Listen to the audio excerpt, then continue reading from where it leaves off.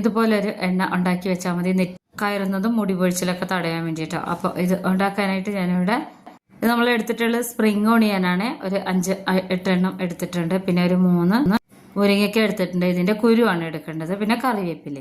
ഇനി ഇതെല്ലാം കൂടെ നമുക്ക് ഒരു മിക്സിയുടെ പൊടിക്കുന്ന ജാറിലേക്ക് അരിഞ്ഞിട്ട് കൊടുക്കണം. സ്പ്രിംഗ് ഓണിയൻ ഉള്ളിയുടെ ഇലയാണ് കേട്ടോ. ഉള്ളിയുടെ ഇലയും കൂടി എല്ലാം കൂടെ ചേരുന്നതാണ് സ്പ്രിംഗ് ഓണിയൻ. നമുക്ക് മാർക്കറ്റിലൊക്കെ വാങ്ങിക്കാൻ കിട്ടും. നല്ല എഫക്റ്റീവ് ആയിട്ടുള്ളൊരു ഔഷധമാണ് കേട്ടോ. അതുപോലെ തന്നെ മുരിങ്ങയില പോലെ തന്നെ മുരിങ്ങക്കായുടെ ഉള്ളിലുള്ള കുരു ഉണ്ടല്ലോ, അതും നല്ലതാണ് മുടി വളർച്ചയ്ക്കും ഈ മുടി കഷണ്ടി പോലെ നെറ്റി കയറുന്നതിനൊക്കെ കേട്ടോ. അപ്പോൾ ഇതെല്ലാം കൂടെ മിക്സിയുടെ ജാറിലേക്ക് ഇട്ട് കൊടുക്കണം. ഇതിനോടൊപ്പം തന്നെ മുടിക്ക് നല്ല കറുപ്പ് കിട്ടാൻ വേണ്ടിയിട്ട് കറിവേപ്പിലയും കൂടെ ചേർത്ത് കൊടുക്കണം. ഇനി ഇതിലേക്ക് കറുത്ത എള്ള് 1 സ്പൂൺ ഇട്ട് കൊടുക്കാം. എന്നിട്ട് നന്നായിട്ട് ക്രഷ് ചെയ്തെടുക്കണം കേട്ടോ. നല്ലോണം ഒന്നും വെള്ളം ചേർക്കാതെ ഒന്ന് അരച്ചെടുത്താൽ മതി ഇതുപോലെ. എന്നിട്ട് ചൂട് കട്ടിയുള്ള ഒരു പാത്രത്തിലേക്ക് ഇതുപോലെ ഇട്ട് കൊടുക്കണം. ഒത്തിരി വെള്ളമൊന്നും ഇതിൽ ചേർക്കണ്ട. 2 സ്പൂൺ മാത്രം വെള്ളം ഒഴിച്ചു കൊടുത്ത് ഒന്ന് മിക്സിയുടെ ജാറ് ചുവട്ടി കൊടുത്ത് 1/2 കിലോനോളം നമ്മൾ വെളിച്ചെണ്ണ ഇതിൽ ഒഴിച്ചു കൊടുക്കണം. എന്നിട്ട് നമുക്കിത് സ്റ്റൗവിൽ വെച്ചിട്ട് നല്ലോണം ഒന്നിങ്ങനെ ചൂടാക്കിയെടുക്കാം. ഇത് ഒന്ന് നല്ലോണം തിളച്ച് വരുന്നവരെ ഹൈ ഫ്ലെയിമിലിട്ട്, തിളച്ച് വന്നു കഴിഞ്ഞാൽ ലോ ഫ്ലെയിമിലിട്ട് കൊടുക്കാം.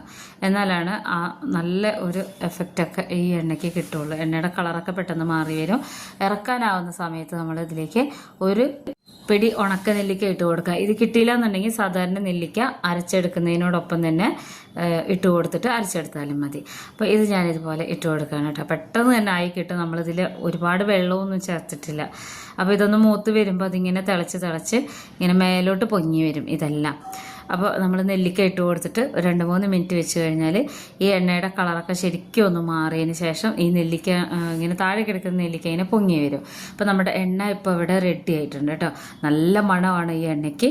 എന്നിട്ട് സ്റ്റൗ ഓഫ് ചെയ്ത് വെച്ചതിന് ശേഷം നമ്മളിത് ചൂടാറാൻ വേണ്ടി വെക്കണം. ചൂടാറി കഴിയുമ്പോൾ എണ്ണയ്ക്ക് ഈ ഒരു നിറമാണ് കിട്ടുക കേട്ടോ. നല്ലൊരു കളറാണ്.